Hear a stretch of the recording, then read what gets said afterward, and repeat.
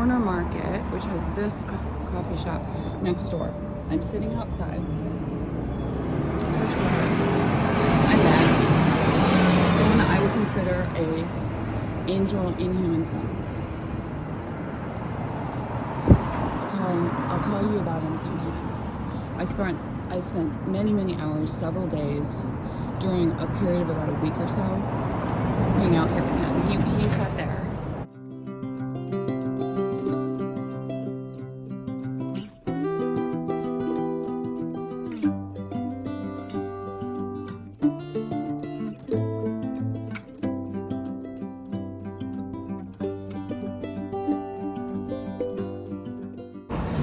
This is where he had his walker. Something to help him walk because he had a bad knee from football. He played football in college. He was college. He played pro football in Oregon here. So he and I sat. He sat over there. I sat over here. We would chat with the people that came by.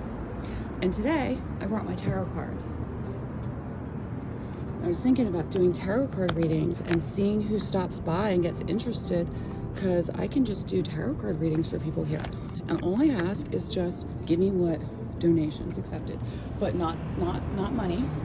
We're not doing money. We're doing anything really. Anything you have that you just want to offer. I like little stones, any kind of metal, pretty much. I also accept paper. We don't do money here. This is donations only. And I don't care if it's just something you found like over here, like that lid right there. If you wanted to give this to me because you couldn't spare anything else, like I would be appreciative of it, and I would put it at home on my altar.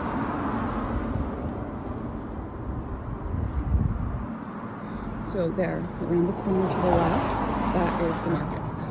It's got some murals on the outside of it. I hope he doesn't cover these up because they're part of our neighborhood.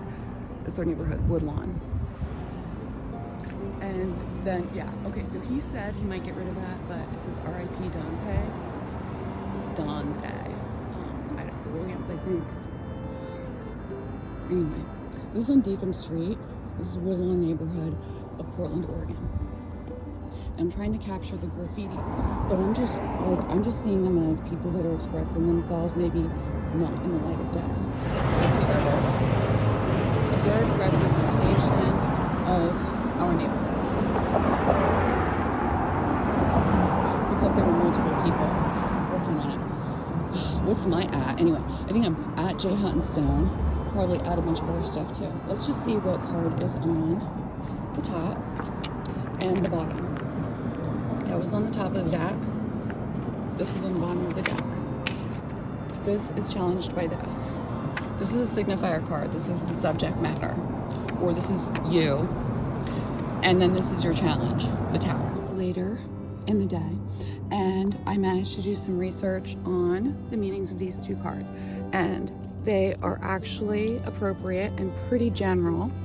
And I think they might apply to a lot of people. This video is for entertainment purposes only, not to make big decisions based on. It's just for inspiration and help people to feel hopefully more uplifted, positive, and encouraged. These are two cards that I pulled earlier today. This is the Four of Wands, and this symbolizes, so these are two people celebrating in the front. As you notice, they are wearing white clothing with one of them has blue draped on them and the other one has red draped on them. And in the background, there are people who looked like they are celebrating together and potentially dancing. There's a castle in the backdrop, and this looks like a celebration. This card means coming together, connecting with people close to you, whether that be family members or people that you feel like are family for you, or people very close to you, friends, acquaintances, your community. It can be groups of people, and it can also be a special someone, like a romance. This is about coming together and that we're all in it together. We all struggle with the same things deep down, even though we try our hardest not to show it on the outside. And then the Tower card is the challenge. This is an upright position. The Tower card has a lot of negative connotations to it. You see here, it's kind of a scary looking thing.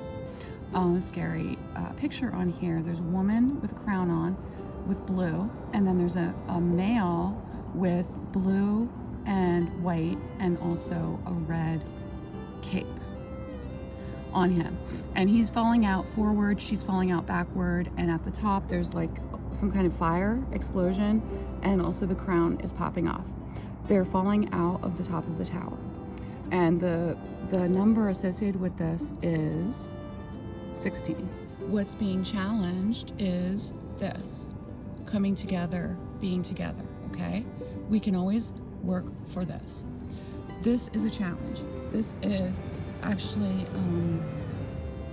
there was a 1933 prayer. It was first written by Winifred Crane Weigel in the Santa Cruz Sentinel, March 15, 1933, and it goes as follows. Father, give us the courage to change what must be altered, the serenity to accept what cannot be helped, and the insight to know one from the other. That might sound familiar. That is like the Serenity Prayer. That is the original wording. This has to do with some of the final steps of the journey of the Fool. The Fool is the first card, card 0 in the Major Arcana. And this is saying that to travel the final few steps of the journey, free will has to also include the will to fully surrender. The serenity to accept what cannot be helped opens the passageway for enlightenment to greet us. Often it is at the point of rock bottom when we finally must acknowledge our powerlessness of certain things that we are ready to surrender to our awakening. The major themes of this card are: overall, egotistical pursuits can only take you so far, as you can see. To view what lies beyond that, which you know, accept that more exists than you can certainly see currently, and allow change to bring forth a shift in awareness that transcends your current orbit. This is very apt for me personally. In my life, I have come to a place where I've had to acknowledge that I'm not able to make as much money as I had previously hoped. And so I need to make some adjustments.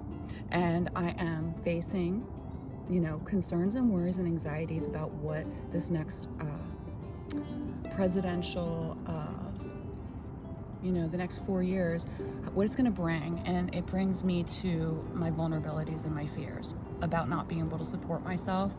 And my deep down fear that I've had my whole life, as far as I can remember, is of being homeless, alone, and vulnerable, and powerless. And I think everybody, and this is just my hypothesis, I think everybody deep down might have that fear, and I think it might have something to do with why even very, very rich people tend to hoard their money instead of give it away. So today I saw a woman sitting outside with a child about the age of 6 or 7, and she was asking for money. She was holding a sign. I looked at her eyes and talked to her briefly, and I noticed that her eyes were a different color than I expected. So I asked her if she's Romani, and she said yes. I'm Italian gypsy. And so we talked for a bit. I told her about my cards. I showed her my cards, and she said, no, I can't read those. I don't know how, but my grandmother does. And I also know someone else who does. So we chatted. I got her number, and I bought her a pizza and a Coke. That's what she asked for. And she was going to share it with her daughter. She said she has 5 children total and that she's a single mom. Now, I'm aware that the Romani have a reputation, whatever, of potentially lying or conning people out of money. But I wanted to believe her story, and also I wanted to make friends with a real Romani. And hopefully this has something for you in it.